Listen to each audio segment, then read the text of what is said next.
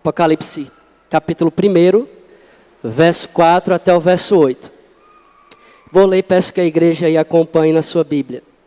Diz assim, meus irmãos: João, às 7 igrejas que se encontram na Ásia, graça e paz a vós outros, da parte daquele que é, que era, que há de vir, da parte dos 7 Espíritos que se acham diante do seu trono, e da parte de Jesus Cristo, a fiel testemunha, o primogênito dos mortos e o soberano dos reis da terra, aquele que nos ama e pelo seu sangue nos libertou dos nossos pecados e nos constituiu reino, sacerdotes para o seu Deus e Pai. A Ele a glória e o domínio pelos séculos dos séculos. Amém. Eis que vem com as nuvens, e todo olho o verá, até quantos o traspassaram. E todas as tribos da terra se lamentarão sobre ele. Certamente, amém. Eu sou o Alfa e Ômega, diz o Senhor Deus, aquele que é, que era, que há de vir, o Todo-Poderoso. Vamos ao Senhor em oração. Pai, nós estamos diante do teu texto que é inspirado. E nós estamos aqui como a tua noiva, reunidos, ó Deus, para adorar o Senhor e te louvar. Nesse momento nós suplicamos que o teu Espírito Santo possa iluminar o nosso coração e a nossa mente, para que possamos compreender a tua Escritura, que é viva, que é eficaz e que fala por si mesma. Abençoa a tua igreja, abençoa o teu povo, abençoe a todos nós que estamos aqui nesta noite. Essa é a oração que faço em nome do Senhor Jesus. Amém. Meus irmãos, as pessoas, a maioria da crença comum, acredita que a palavra Apocalipse tem a ver com caos. Se você perguntar a qualquer pessoa que não tem contato com a Escritura e falar assim, o que é que você acha da palavra Apocalipse? Ela vai dizer para você que é o fim do mundo. Ela vai dizer para você que a palavra Apocalipse, ela gera a curiosidade nas pessoas, né? E há uma grande parcela de evangélicos que ainda crê que o livro de Apocalipse fala muito das coisas do futuro. Apocalipse vai falar muito das coisas que vão acontecer, quando na verdade Apocalipse fala mais do passado do que do futuro.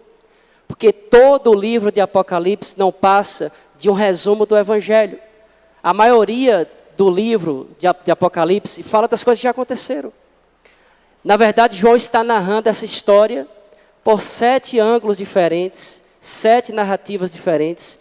E quando você estuda esse livro, você vai perceber que o número 7 vai se repetir várias vezes. São 7 anjos, são 7 espíritos, são 7 trombetas, são 7 flagelos, são 7 igrejas, são 7 pastores.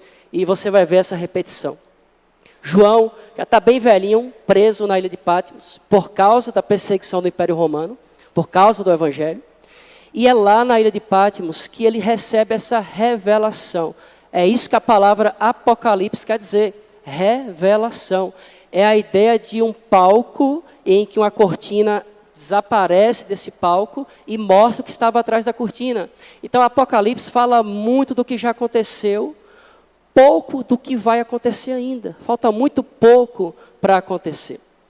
Então João recebe essa mensagem de Deus, através do anjo, que o notifica, e ele escreve essa carta, e essa carta vai ser endereçada a 7 igrejas físicas, reais, que existiam na região da Ásia Menor. E João então começa a encorajar os cristãos da sua época. Por quê? Nesse contexto, ser cristão representava perigo de morte. Tanto é que a essa altura da história da igreja, todos os apóstolos de Jesus já estavam mortos. João é o único remanescente do colégio apostólico de Cristo. Todos já haviam sido mortos. Então esse texto que eu separei para nós nessa noite, já mostra quem é o autor. João, versículo 4 que nós lemos. Já mostra o destino desta carta, que é as 7 igrejas que se encontram na Ásia. João começa com 2 palavras aqui, graça e paz a vós. Por que paz? Porque graça. Porque a igreja ela é fundamentada nesses dois termos. A igreja não existiria se não fosse a graça de Deus. E a igreja é o povo portador desta paz. E João, ao escrever, ele lembra esses dois termos importantes para os seus primeiros leitores, importantes para nós também aqui nesta noite. A graça é a razão desse congraçamento nesta noite. A paz é o vínculo que nos une em Cristo e nos une uns aos outros. E João usa aqui uma troca de pronomes no verso 4, quando ele vai chamar Jesus daquele que é no presente, mas também daquele que era no passado, e também daquele que há de vir no futuro. João usa 3 tempos verbais para descrever quem é Jesus. Jesus é uma incógnita, é um mistério, ele é Deus, ele não cabe na racionalidade humana. Ele é ao mesmo tempo passado, ele é ao mesmo tempo presente, e ele é ao mesmo tempo futuro, porque na verdade Jesus não cabe dentro do tempo.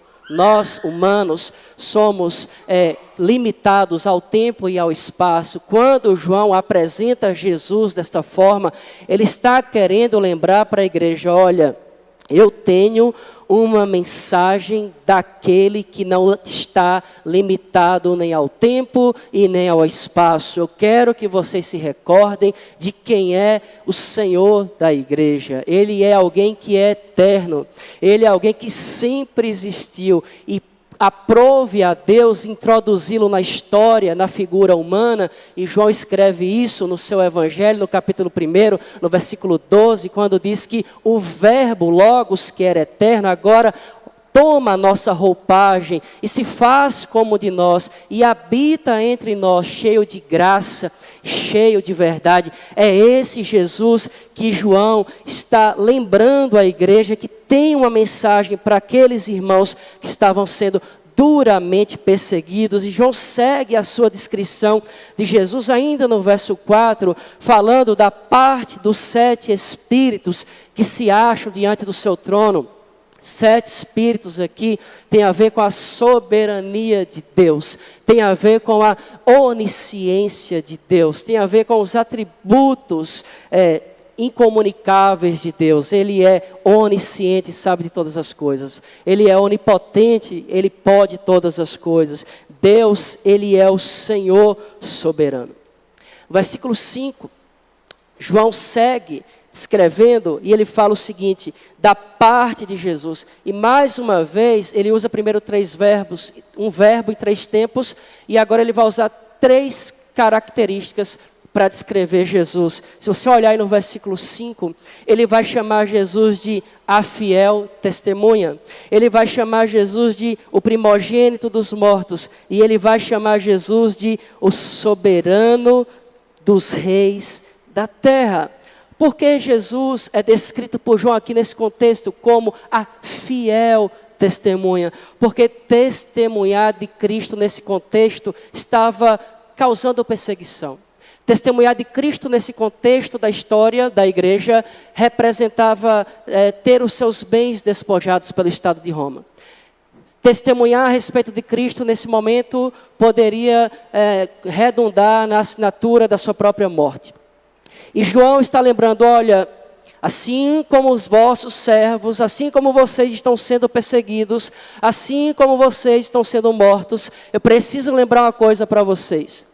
O Senhor da vida de vocês, Ele é a fiel testemunha de Deus. E como fiel testemunha de Deus, Jesus, Ele enfrentou também a morte. Uma morte penosa, uma morte de cruz, embora sem nenhum pecado. João está querendo encorajar aquela igreja, aquelas 7 igrejas da Ásia, a continuarem o seu testemunho pelo Evangelho de Jesus. É por isso que ele faz questão de chamar Cristo de fiel testemunha, para motivar a igreja a continuar o seu testemunho, para motivar a igreja a continuar a pregoar esse Evangelho que nós pregamos até hoje. A segunda característica que João traz para esta igreja de Jesus é muito importante, porque ele vai chamar agora, na parte B do versículo 5, Jesus, o primogênito dos mortos. E é muito importante entender isso daqui. Havia morte na igreja. Vários cristãos já haviam sido mortos. E João faz questão de chamar Jesus primogênito dos mortos. Por quê? Porque Jesus ele já havia ressuscitado. Jesus já havia vencido o principal inimigo da igreja nesse momento histórico, que é a morte. E quando João chama Jesus de primogênito dos mortos, João está lembrando a igreja, olha, o Senhor da vida de vocês já venceu a morte. Ele já ressuscitou ao terceiro dia. Não tenham medo da morte. Não tenham medo de enfrentar a perseguição. Continuem. Continuem testemunhando desse Cristo, continuem falando desse Jesus, porque Ele já venceu a morte e Ele há de ressuscitar vocês. Vão até o fim, suportem mais um pouco essa tribulação que vocês estão enfrentando. E então agora, no final do versículo 5, Ele vai chamar Jesus de uma terceira característica. Ele vai dizer que Jesus, Ele é o soberano dos reis da terra. Lembrando para a igreja que César não era o soberano da terra. Embora César, a essa altura, estivesse prendendo vários membros da igreja, a essa altura César ditava as regras de Roma, de Jerusalém, de todo mundo daquela época. João agora está chamando a igreja para tirar os olhos do governo terreno e se lembrarem, a semelhança de Isaías no capítulo 6, no ano da morte do rei Uzias, o trono da terra estava vazio, mas Isaías tem uma visão do trono dos céus, e quando ele olha para o alto, ele vê que Deus estava reinando lá. É a mesma intenção aqui de João. Olha, Deus, Jesus é que é de fato e de verdade o soberano dos reis da terra. Depois de apresentar Jesus para a igreja, João agora, uma tríplice também coroa de palavras, João vai usar essa tríplice ênfase, tudo aqui, nesse texto que a gente leu, sempre tem três. E agora, João vai usar 3 verbos para dizer o que Jesus faz por sua igreja. E eu quero que você pense nisso comigo nessa noite. O que é que Jesus faz por sua igreja? Então eu quero destacar aqui para nós apenas o verso 5 e o verso 6 e tirar algumas lições para nós começarmos bem a nossa semana e levarmos isso para a nossa vida. Primeira coisa que eu vejo aqui, e é óbvio, todos nós já sabemos disso, eu só quero lembrar a igreja nesta noite, é que no versículo 5, na parte B, ele vai dizer assim: aquele que nos ama. João faz questão de lembrar a sua igreja que está sendo duramente perseguida, que Jesus continua amando a sua igreja. É normal nós, seres humanos, no momento da dor, no momento do luto, no momento do desespero, no momento de um diagnóstico não esperado, nós começarmos a acreditar que Deus parou de nos amar. As lutas que somos acometidos nesta vida por causa do mal e por causa da presença do pecado, vão nos tentar fazer ter essa noção de que Deus parou de nos amar. Como Deus pode amar alguém e permitir que o seu filho morra? Recentemente um colega meu, recém-formado, perdeu o seu filhinho que nasceu com 7 meses. E eles estavam festejando por esta criança. E ele não veio.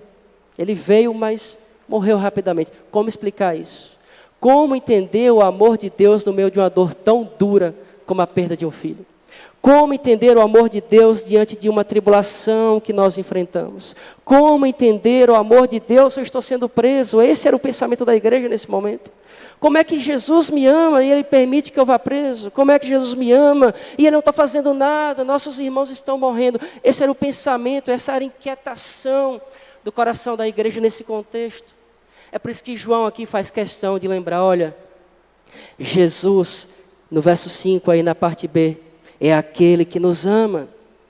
E quando Jesus diz que ama a igreja, Ele ama de fato. de verdade. E a palavra usada por João aqui para descrever e é traduzido por nós amor é a palavra ágape.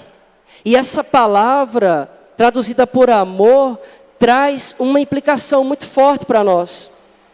Porque esse amor de Jesus pela sua igreja é um amor incondicional.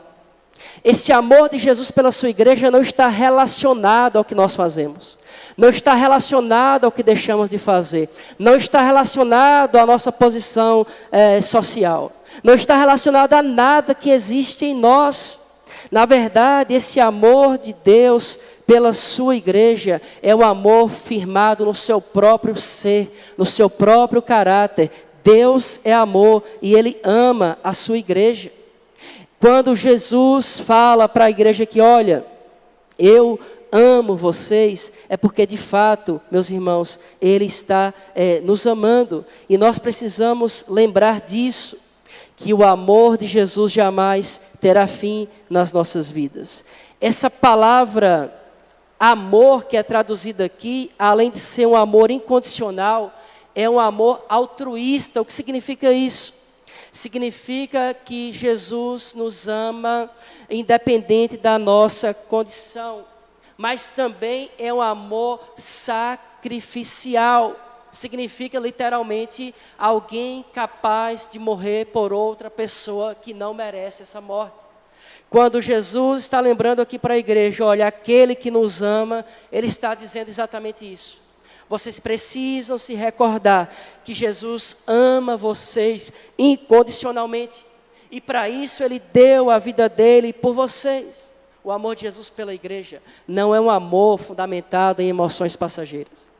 O amor de Jesus pela igreja é um amor que está enraizado na sua vontade profunda de beneficiar o seu próximo, a igreja. Meus irmãos, esse amor de Jesus é tão forte por nós, que Ele vai ao Calvário por nós. Ele derrama a sua última gota de sangue por nós. É aquela palavrinha de 3 letras que está lá em João 3,16, que nós sabemos de cor. Deus amou o mundo de tal maneira. Essa palavra tal é inexplicável. Não cabe na racionalidade humana. Como que um Deus perfeito sacrifica o Filho dele por pessoas imperfeitas como nós? Não cabe na nossa mente. Por isso que o amor que João coloca aqui, além de ser sacrificial, além de ser incondicional e além de ser altruísta, é um amor transcendente. Porque o amor de Jesus pela sua igreja transcende toda a imaginação humana, toda a inteligência humana. Se nós pudéssemos pegar todos os grandes sábios, os grandes pensadores, os grandes filósofos e pedissem para eles explicar o amor de Deus por nós, seria insuficiente. Tamanho é esse amor por nós. E diante disso, meus irmãos, diante desse amor de Deus pela sua igreja, nós vamos descobrir que Deus é aquele que ama os não amáveis. Deus é aquele que ama os não amáveis. Porque quando você olha para o ministério de Jesus, quem que Ele vai chamar para andar com Ele? As piores pessoas da sua época. Claro que tem raras exceções, né? Mas Jesus está andando em Jericó, Ele vê um ladrão em cima de uma árvore. E Jesus fala, desce daí que hoje eu vou jantar na sua casa. De repente Jesus está no seu ministério e pega uma mulher e coloca diante dele e diz, a lei de Moisés diz que tem que apedrejar porque ela foi pega em adultério. Nós não sabemos o que eles fizeram com o homem, né? Com quem que aquela mulher adulterou? Tinha que apedrejar os dois. Jesus salva aquela mulher e diz, vá e não peque mais. Jesus, Ele amou os não amáveis. E qual a implicação disso para mim e para você nessa noite? Ora, se Jesus amou os não amáveis, quem que nós temos que amar como igreja? Nós somos chamados a amar os não amáveis. Porque um dia nós éramos os não amáveis.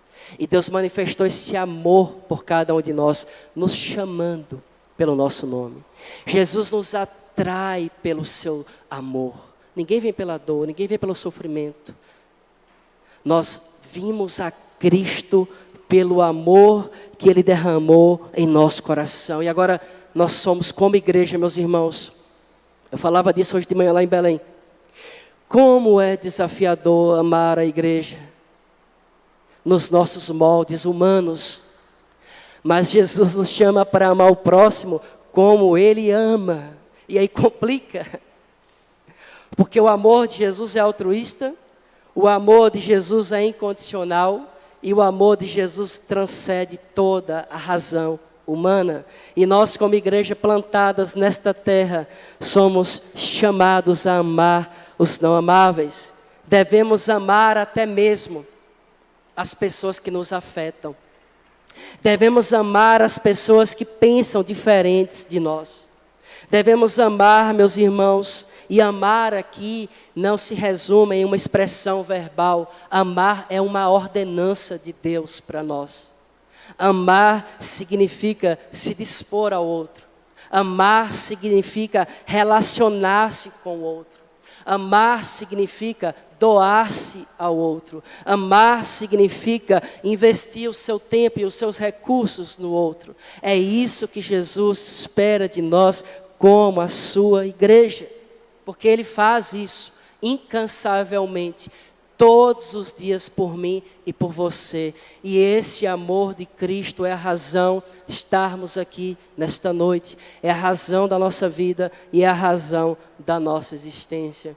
Mas João traz um segundo verbo para nós. E esse segundo verbo eu penso que ele é uma consequência do primeiro verbo. Eu acredito que a segunda expressão, ela tem como base a primeira, que é o amor. Ora, se Jesus ama a igreja, se Jesus dá a sua vida pela igreja, então Ele vai fazer isso que segue no texto, no versículo 5, aí na parte B. Que pelo seu sangue nos libertou dos nossos pecados. Que maravilha isso, meus irmãos. Em Cristo nós somos livres. Em Cristo nós somos plenamente libertos. Não para fazer a nossa vontade, não para voltar às velhas práticas antes de Cristo, mas sim para voltarmos à nossa originalidade, para o propósito pelo qual nós fomos criados, para refletirmos a imagem e a semelhança do Pai. Ora, se Jesus ama a sua igreja, óbvio, lógico, que Jesus torna a sua igreja livre. E quando nós olhamos para essa pequena palavra aqui, libertou, ela tem várias implicações. E a primeira delas é que Jesus nos liberta da escravidão que o pecado ocasionava em todos nós. Quando João está lembrando a igreja, olha, Ele pelo seu sangue nos libertou. João está dizendo para a igreja, a prisão romana não é o maior problema de vocês. O cárcere romano não é a maior preocupação de vocês.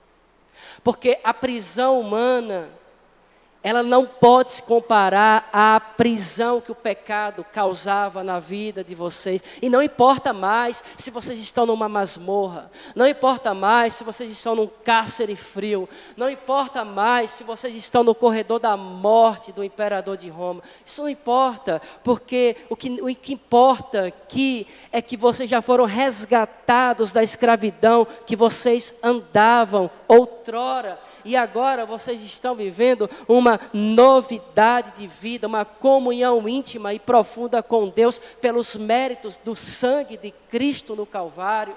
João está lembrando a igreja que eles estão livres do maior problema que o ser humano pode enfrentar, que é o pecado. Não há mais poder sobre nós. Paulo escreve isso aos Romanos, capítulo 8, versículo 1, quando ele diz que não há mais nenhuma condenação. Para quem? Para aqueles que estão em Cristo Jesus, que não andam mais segundo a sua natureza humana, mas agora andam segundo a lei de Deus. Há uma segunda implicação nessa palavra libertação aqui.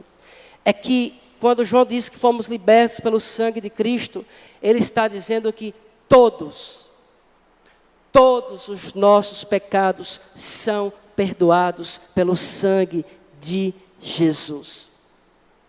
É isso que ele escreve aos Romanos, no capítulo 5, no versículo 1, que agora nós somos justificados pela fé em Cristo Jesus, através da sua morte, através do seu sangue. De forma que nós que pertencemos a Deus, temos perdão de pecados. É por isso que na nossa liturgia, nós separamos um momento para confessar os nossos pecados a Deus. Porque nós temos a plena certeza de que nós somos perdoados. A terceira implicação dessa palavra libertação, que nos libertou, traz a ideia de resgate, traz a ideia de redenção. A palavra jurídica para explicar alguém que está no corredor da pena de morte. No Brasil nós não temos a pena capital, mas em alguns países, Estados Unidos, Indonésia, outros países do mundo afora, existe a pena de morte para crimes hediondos. E eu e você éramos condenados a esse crime, a essa condenação. Porque Paulo, no capítulo 3, versículo 23, ele vai dizer que a consequência final do pecado é a morte. E quando João diz que pelo sangue nos libertou dos nossos pecados, tem essa terceira implicação, no sentido de que agora nós não estamos mais condenados, porque alguém pagou a sua pena no seu lugar, no meu lugar. Jesus passou na nossa frente. E quando Jesus vai à cruz do Calvário, Ele nos substitui literalmente. E Ele morre por você. Ele entrega a vida dele por você. Ele se doa por você. E a sentença de morte que era para nós estava sobre ele. Ele sofre a nossa morte para que agora nós pudéssemos viver essa nova vida em Cristo Jesus. Uma quarta e última aplicação dessa palavra libertação é que a libertação que Jesus nos oferece não é apenas liberdade do pecado, não é apenas também liberdade para viver uma nova vida, mas essa libertação que Jesus proporciona para nós é para que possamos viver uma vida de santidade. Deus chama cada um de nós para agora em Cristo Jesus desenvolvermos uma vida de santidade, deixando o pecado para trás. Como o autor dos Hebreus diz, né, deixando todo o peso, todo o desembaraço, tudo aquilo que nos atrapalha, e olhando firmemente para quem?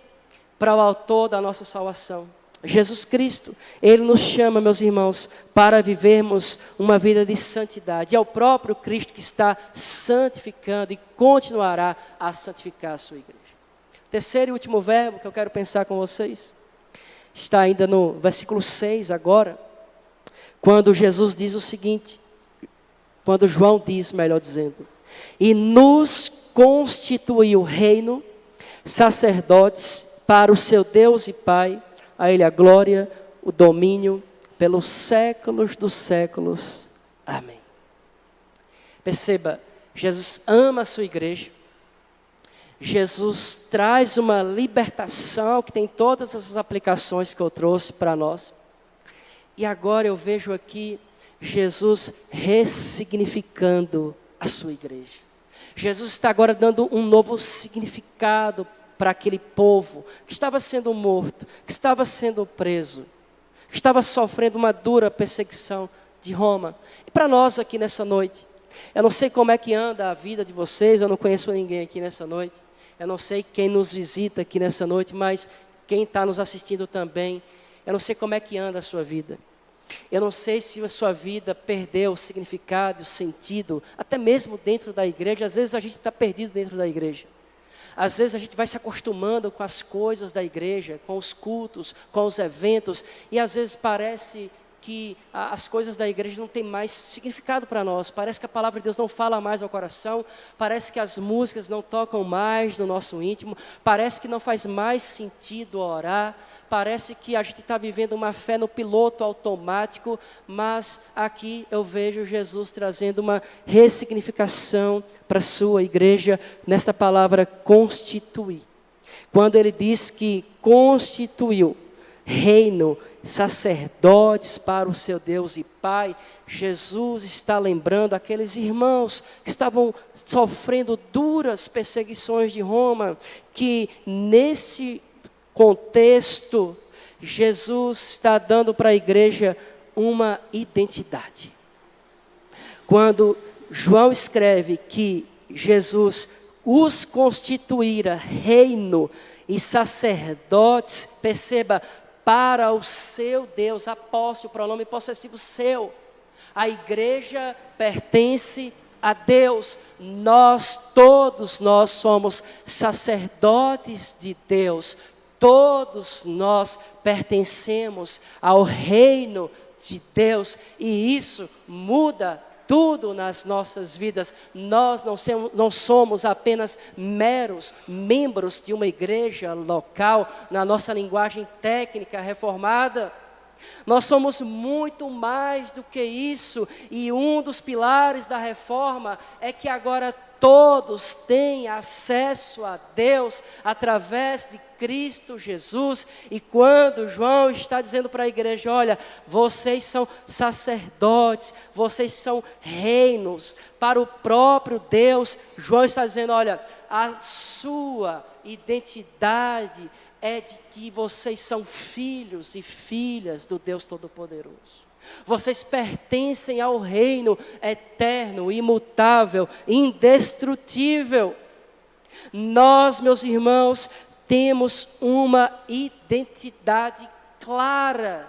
Nós somos sacerdotes do Deus Altíssimo. Mas vai além disso. Quando diz que nos constituiu reino e sacerdotes, diz mais, porque agora nós temos em Cristo a autoridade para pregar o Evangelho. Nós temos agora a autoridade para anunciar esse reino de Deus nas trevas. Nós temos agora da parte de Deus a capacitação do seu Espírito, que testifica com o nosso Espírito que nós somos filhos de Deus, e agora nós podemos falar Abba, Pai, pertencimento, identidade, realeza, autoridade. A igreja, a terceira igreja presbiteriana de Colatina, ela faz parte de algo muito maior, que é o reino de Deus, e você precisa compreender isso nessa noite. Você não é apenas um membro de uma igreja terrena, mas você pertence ao reino de Deus. E sacerdócio, meus irmãos, aí essa palavra chama todos nós para o serviço. Todos nós agora somos chamados para ministrar serviços ao próximo e a Deus. E a palavra constituiu tem uma última implicação para nós aqui. Todos nós somos chamados a fazer discípulos e discípulas do Senhor Jesus. Não é missão apenas do pastor. Esse entendimento é católico. Eu lembro quando eu era sacristão, e quando eu cometi um pecado, eu ia lá na sacristia, chegava no confessionário, e lá no Frei Salvador, eu confessava os meus pecados para ele. E ele, filho, reze 10 Pai Nossos e 5 Ave Marias no milho, porque seu pecado foi grave. E eu ia lá e fazia isso, com medo, com temor. Mas agora em Cristo Jesus, meus irmãos, nós não precisamos de intermediários. Vocês foram constituídos sacerdotes de Deus. Você pode orar na sua casa, Deus te ouvirá. Você pode falar de Jesus para as pessoas, Deus te usará. Você pode abençoar a vida de outras pessoas, Deus lhe usará. A igreja é chamada para servir, para orar, para demonstrar o amor que recebemos, para cuidar de pessoas. Nós somos uma igreja que temos que testemunhar o amor de Jesus Cristo lá fora. E eu quero concluir dizendo, meus irmãos, que a base e o fundamento de todas essas coisas está no amor do próprio Deus por nós. Não é por obrigação, não é por legalismo e não é por nenhuma prática religiosa. Jesus ama a igreja, Jesus torna a igreja livre e Jesus ressignifica a igreja, para que a igreja vá e faça discípulos, para que a igreja vá e leve esse evangelho a todos os povos, a todas as nações, até que ele venha, até que nós iremos a ele, porque assim, não sei se você prestou atenção, mas João termina pelo menos esse parágrafo da forma que ele começou. Ele diz aquele que é, no verso 4, aquele que era e aquele que há de vir. No verso 8, ele traz uma segunda nomenclatura, eu sou o alfa e o ômega, diz o Senhor Deus, e ele repete a expressão, aquele que é, aquele que era e aquele que há de vir. Passado, presente e futuro. Deus nos abençoe, vamos orar e vamos passar a administração da ceia. Eu quero chamar os presbíteros para nos auxiliar aqui à frente.